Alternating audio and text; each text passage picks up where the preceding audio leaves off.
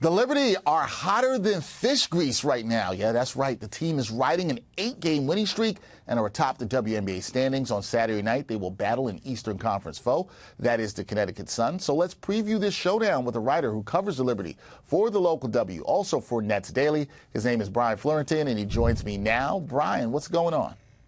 Always good to see you, Dexter. How you doing?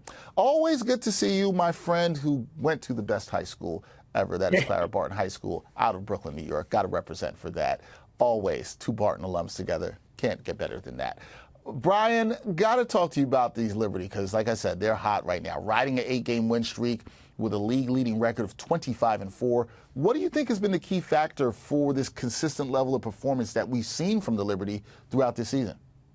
I would say that we've really gotten to see the depth of this team shine through in ways that we didn't really see last year. Last year, it was a lot of they would get big leads, let it go late, and then Stewie would have to save them. This year, you're seeing contributions all up and down the roster between Kayla Thornton coming off the bench, Leonie Fibich really coming in and making a big name for herself, Sabrina Ionescu taking that next step, a more consistent Jonquel Jones, and Stewie doing what she does. I think for this Liberty team, there's been a level of cohesion and togetherness that's been really incredibly impressive. We've seen them miss players for extended periods of times. Even now, they're still without Benashalini Hamilton, but they've been able to overcome that. We've seen the defense really pick up over time. The late game execution is excellent. The flow of the offense is really good. We're seeing players take on new roles and new responsibilities and tap into new avenues of their game. So it feels like everything is really coming together in a really special way. And I think Liberty fans should be incredibly excited for September and the postseason. Got to be excited about this stretch run with the team atop the W right now. And you're right, cohesion, togetherness, the chemistry, all that good stuff, along with the depth that we're seeing this season has been very impressive for the New York Liberty. Now, Sabrina Ionescu has missed the last 2 games with a neck injury. How has the team adjusted in her absence, and what has been the impact on their play style, if any, at all? I would say the big adjustment is that Leonie Fibich has slid into the 2 guard role for Sab in her absence.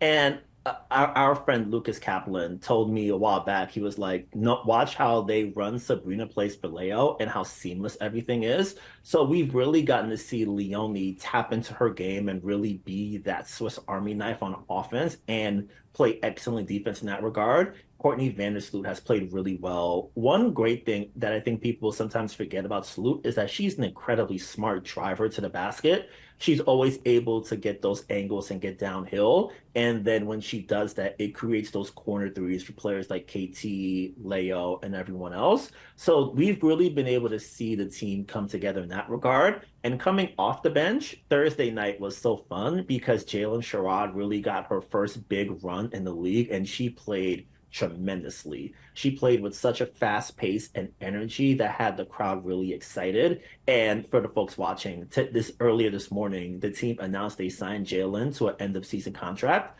So she's going to be with the big club all the way through the postseason. And it's really awesome to see a player like that get rewarded, step up when her number is called, and really be able to allow the team to try new things and give Sabrina a little bit of rest, especially considering she came off a really long run in the Olympics.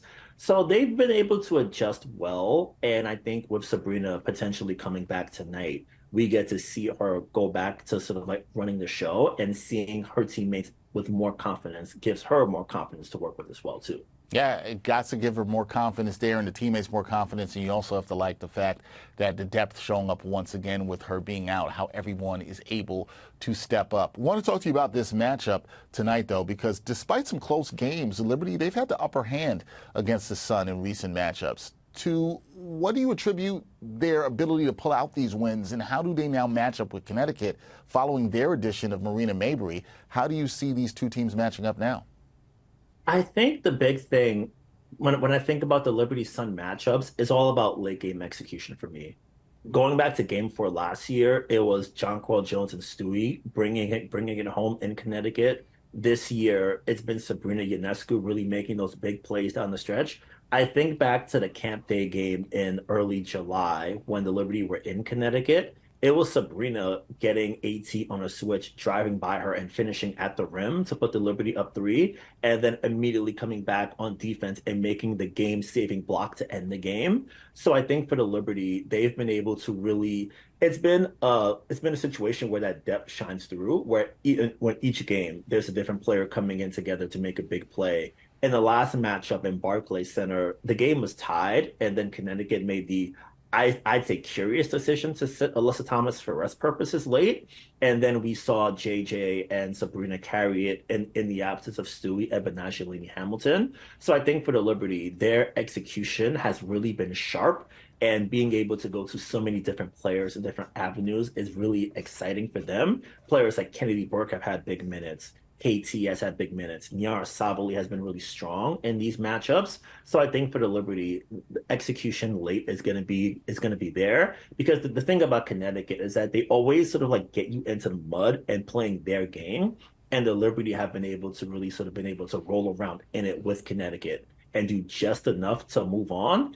And for tonight's matchup, I'm part excited and part deeply curious to see Marina Mabrey on this team in person. One thing that I caught some of the game last Sunday when the Sun were in Atlanta to play the Dream, and it felt like they were a little bit stagnant in a sense, where it's like they're trying to figure it out. They're trying to sort of find what buttons to press on offense and how to really make the most out of it. In the game in Boston against the Sparks on Tuesday, Coach Stephanie White had Dewana Bonner come off the bench, which DB volunteered, but you still see them trying to figure it out, trying to sort of get the right lineup and right combination to really make things work. So I'm thinking for the Sun, they're probably going to need Marina to be that second perimeter scorer because when we look at that roster right now, it's just Dewana Bonner who's their real perimeter scorer. In the game in Brooklyn or in July before the break, Dejanay Carrington had to by default carry the offense in the fourth quarter, and she battled her heart out, but it wasn't enough to get over the hump. So having a player like Mabry who can make those big baskets, who can get her own shot and can score in that way, I think is going to be an interesting wrinkle. So I'm excited to see how Sandy and the team adjust to a familiar face in a new place. Yeah, I'm very intrigued to see how she sort of changes things in that matchup, Brian, because we know they got her because they struggled with the outside shot, Connecticut that is, and they got her for some of her outside shooting, the playmaking, as you mentioned, and now it's a different dynamic for this Connecticut team. So the Liberty are getting to see how the Sun look with Mayberry, and will there be any adjustments there for them? So speaking of adjustments, got to ask you this as we close. In your eyes, what are the top three keys to victory for the Liberty in maintaining their recent dominance of the Sun and winning Saturday night's contest? I think for me, the first thing that jumps out is pace. Connecticut played last night, and they were in a dogfight with the Chicago Sky that went down to the final possession. So traveling in from Uncasville to Brooklyn is always a bit of a trek. And for a Sun team on the second night of a back-to-back, and I want to say like their third game this week, is going to be very taxing for them. So I think for the Liberty, if they're able to get out and run early, get out in transition, get those easy buckets, you have the sold out Barclays Center crowd giving you extra juice and extra energy. So that's going to be a big start. I'd say the second thing is rebounding. Jonquel Jones has been an absolute terror against her former team in Connecticut for the past 2 years. And the Liberty have been able to really dominate teams on the glass over the past couple games. That was the key to them coming away convinced with a convincing win against the Aces a while back, and they were able to win the rebound battle in both games this week against Dallas. So if they're able to really own the glass, get out in transition, and really sort of like limit Connecticut's second chance opportunities, that's going to be a big key as well. And ultimately, with Sabrina likely being back, Benatia Lady Hamilton being upgraded to questionable, so we'll see if she returns. I think the Liberty have enough shooting and enough like range to really if it does turn into a track meet, I don't think Connecticut has the horses to keep up with the Liberty in that regard. So if I'm the Liberty, if their 3-point shots are there, if they're able to get those easy opportunities off drive and kick, those shots are going to be there against a potentially tired Connecticut team. And the Sun, in my estimation, don't have enough shooters to keep up. So if the Liberty are having I'd say a B plus at least game from deep, I think they have a chance to complete the season sweep. All right, we will see if the Liberty are able to complete the season sweep over the Connecticut Sun Saturday night, going down 7 p.m. tip-off at the Barclays Center. Brian Fleurantin, who covers the team for the local W and Nets Daily, will be there to have it all covered. Brian, always good to talk some W hoops with a fellow Bartonite. We will do this again soon. Absolutely. Yep, I'll see you. Thanks. Thanks, man.